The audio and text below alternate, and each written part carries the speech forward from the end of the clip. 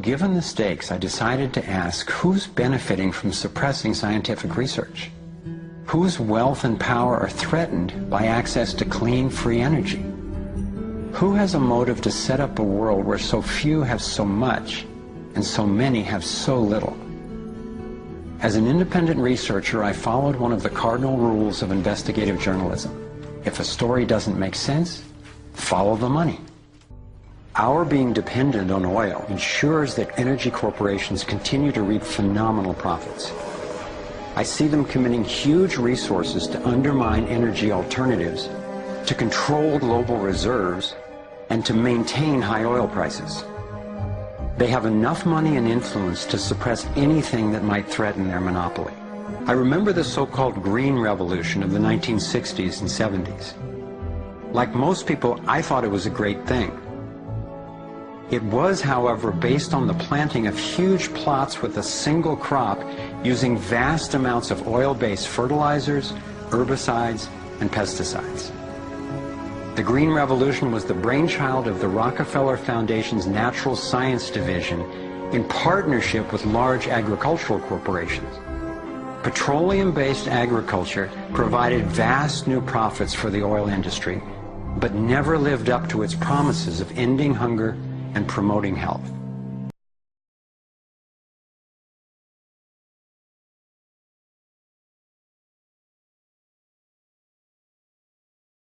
The Founding Fathers, along with other farmers, grew cannabis in large amounts to support the needs of the growing colonies. Thomas Jefferson visited France to collect different strains of cannabis seeds for experimenting and cultivation.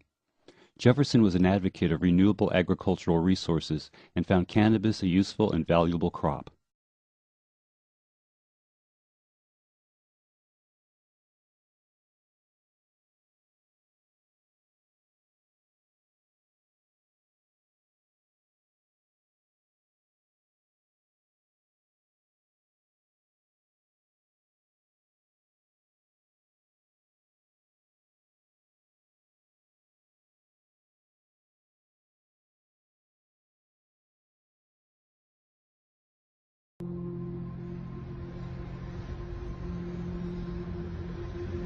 As difficult as it was for me, I have come to an inescapable and profoundly disturbing conclusion. I believe that an elite group of people and the corporations they run have gained control over not just our energy, food supply, education, and health care, but over virtually every aspect of our lives. And they do it by controlling the world of finance, not by creating more value, but by actually controlling the source of money. It's someone's $200 trillion piggy bank. The proven oil and gas and coal reserves are worth north of $200 trillion.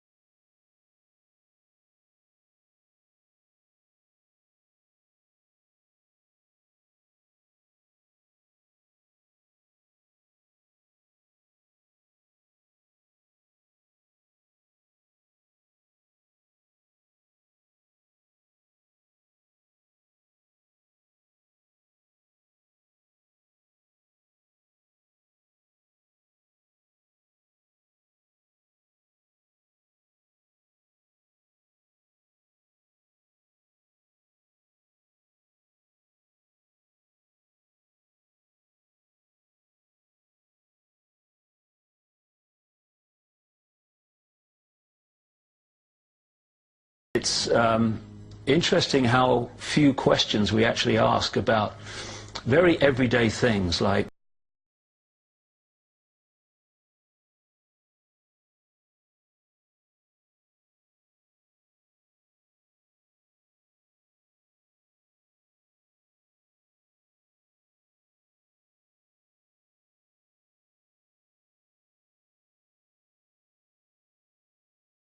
how easy it is for a few to control the many.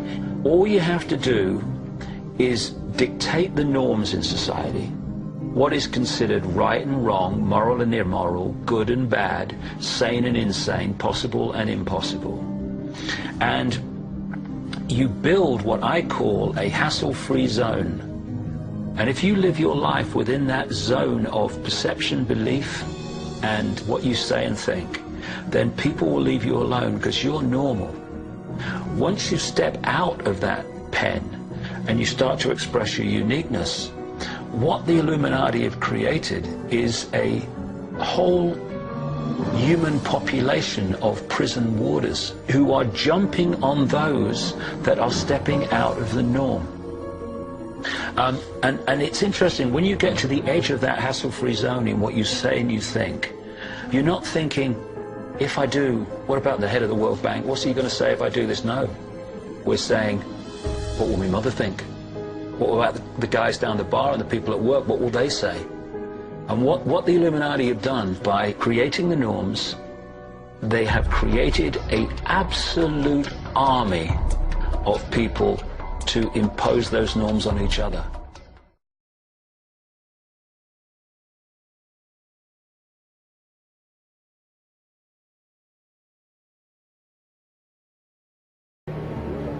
Outside, a new Germany is being created.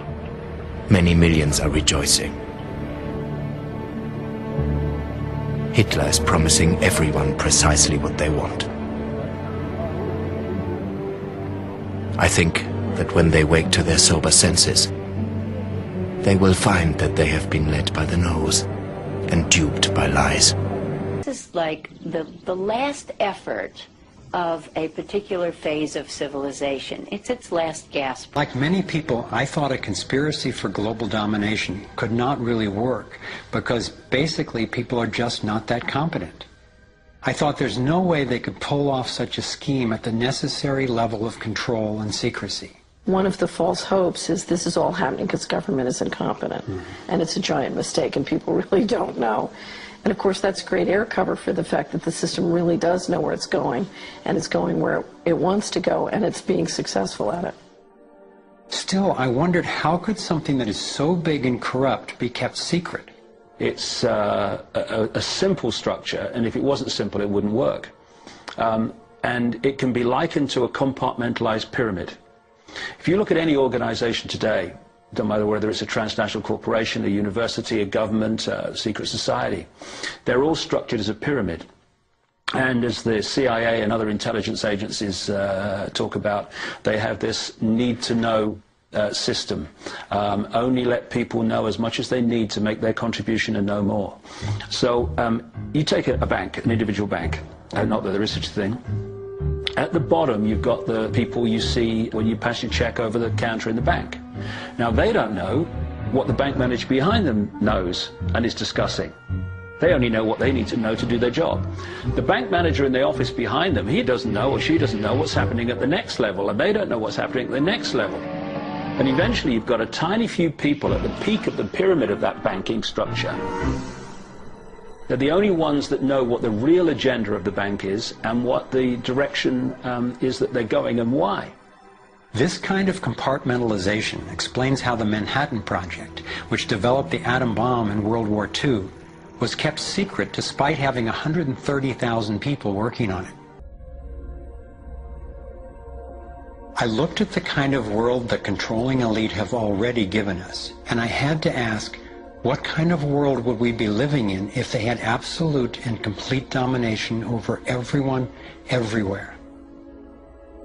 In this new world order of theirs, a tiny number of people would exercise total control over the lives of everyone through a system of intrusive surveillance, violent suppression of dissent, and debt slavery.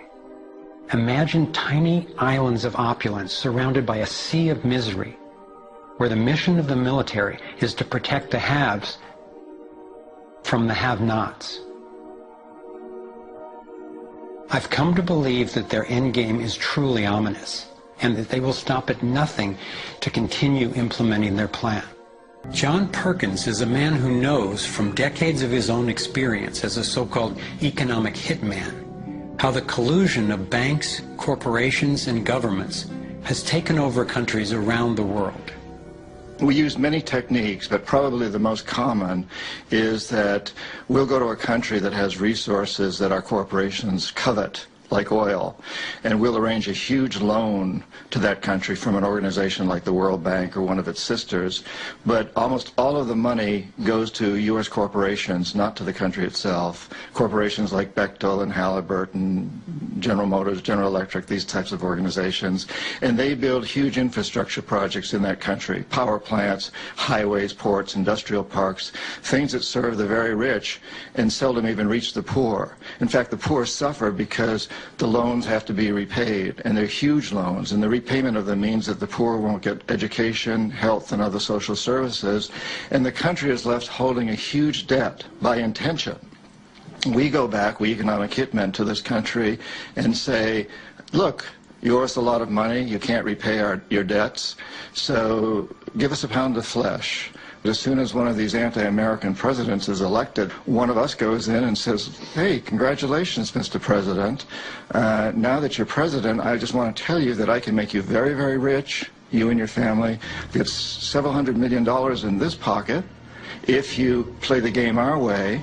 If you decide not to, over in this pocket I've got a gun with a bullet with your name on it in case you decide to keep your campaign promises and throw us out. Sell our oil companies your oil real cheap, or vote with us at the next UN vote, or send troops in support of ours to someplace in the world such as Iraq. And in that way we've managed to build a world empire with very few people actually knowing that we've done this. In this system, the bankers get to make up money out of nothing, while the rest of us have to work hard to earn it. It has created a modern form of serfdom where the mass of society is now working to pay off their debt to the banks.